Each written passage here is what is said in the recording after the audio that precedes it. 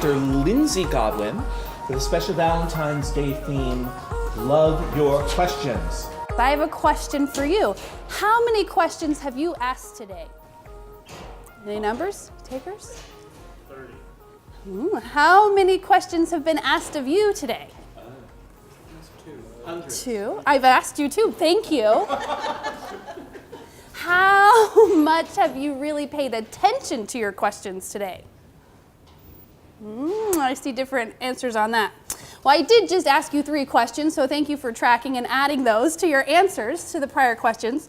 But I asked questions and they had an impact on you. They changed something. What do you think they changed? What did they impact? The way I think.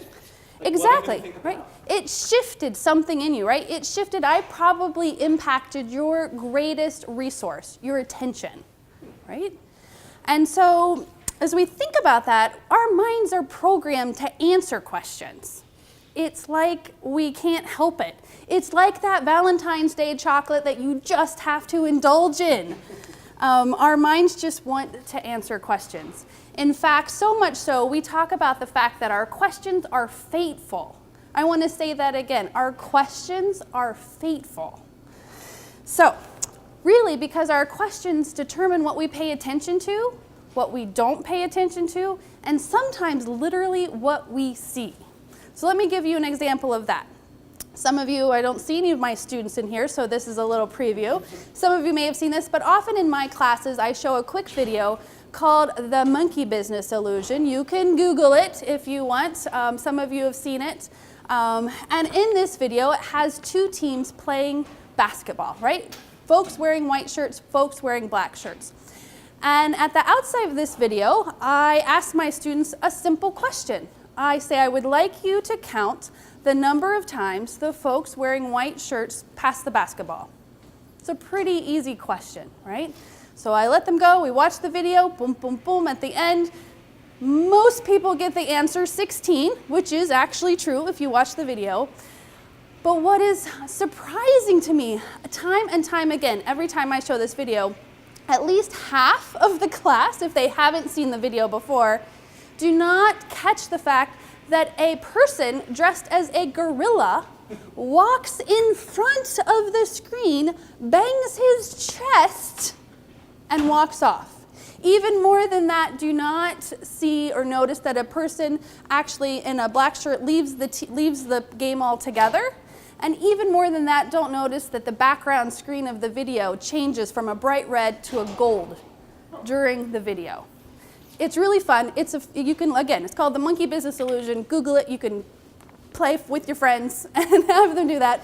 But I think this video is an amazing example of this. Again, the power of questions. If I had asked a different question at the outset of that video, if I said, how many gorillas are in this video? Hopefully, I would have gotten a very different answer than 16, but I probably wouldn't have gotten people being able to tell me how many times the players wearing white pass the ball, right? Because the question is focusing us on what to pay attention to and what not to pay attention to. Again, this is not an IQ test. It's just a demonstration of the power of questions to sometimes focus us at the cost of everything else. So questions really become like perceptual bumper lanes in our lives. Every question has a direction pointing us, again, to sort of pay attention left or pay attention right. My own colleague and the namesake of our Appreciative Inquiry David Cooperrider Center, David Cooperrider, often says we live in worlds that our questions create. Even before David was talking about the power of inquiry, another writer, Neil Postman, in 1976 wrote, "All answers we ever get are responses to questions. The questions may not be evident to us, especially in everyday affairs, but they are nonetheless doing their work. Their work, of course, is to design the form of our knowledge that will take and therefore to determine the direction of our actions." Postman's hypothesis and that the questions really direct our action is supported by each of you standing here today. This morning, you made a decision I see, to get dressed, right? You're all standing here and you are in fact dressed. And I would postulate, right, that action was actually pre-formulated by a question. You asked yourself, where am I going today? What is the weather going to be like? Who am I going to run into? Maybe even just what's clean on the floor, right? Oh, I don't know, right? But in any case, my colleagues Marilee Adams and Marge Schiller and David wrote about this in their book chapter with our questions we make the worlds. You are basically wearing your answers to those questions. So do we put thought into our questions? Another question for you, right? Do you pay attention to the questions that you're asking and that are asked of you? Again, Einstein, maybe he said it or not, but we love to credit Einstein for many a quote, and one of my favorite, at least credited quotes for Einstein is, he supposedly said, if I had an hour to solve a problem and my life depended on the solution, I would spend the first 55 minutes determining the proper question to ask.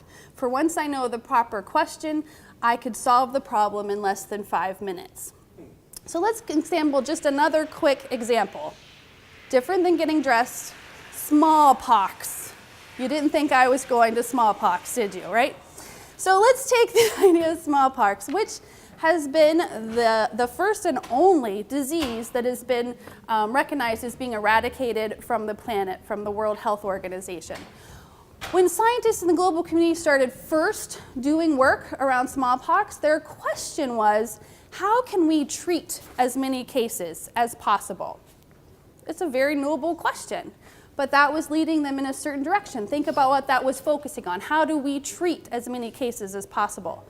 The question eventually evolved into, how do we prevent as many cases as possible? And then ultimately, a scientist stepped forward and said, what if we asked a different question?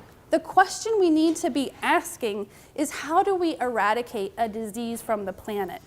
Once the question was elevated, the actions followed suit, right? Because again, we're programmed to answer questions.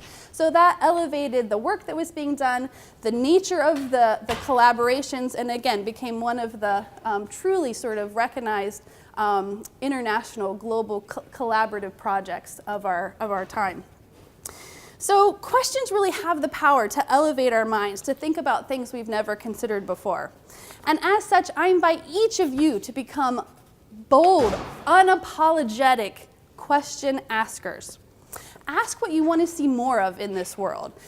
Fall in love with your questions because they're shaping your attention, they're pointing you in certain directions, and they're really inviting us to create the world we want to create.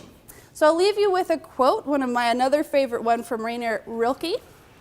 Be patient toward all that is unsolved in your heart, and try to love the questions themselves.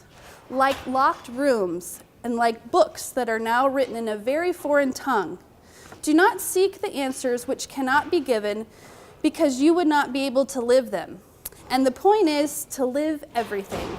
Live the questions now. Perhaps you will then gradually, without noticing it, live along some distant day into the answer. Thank you.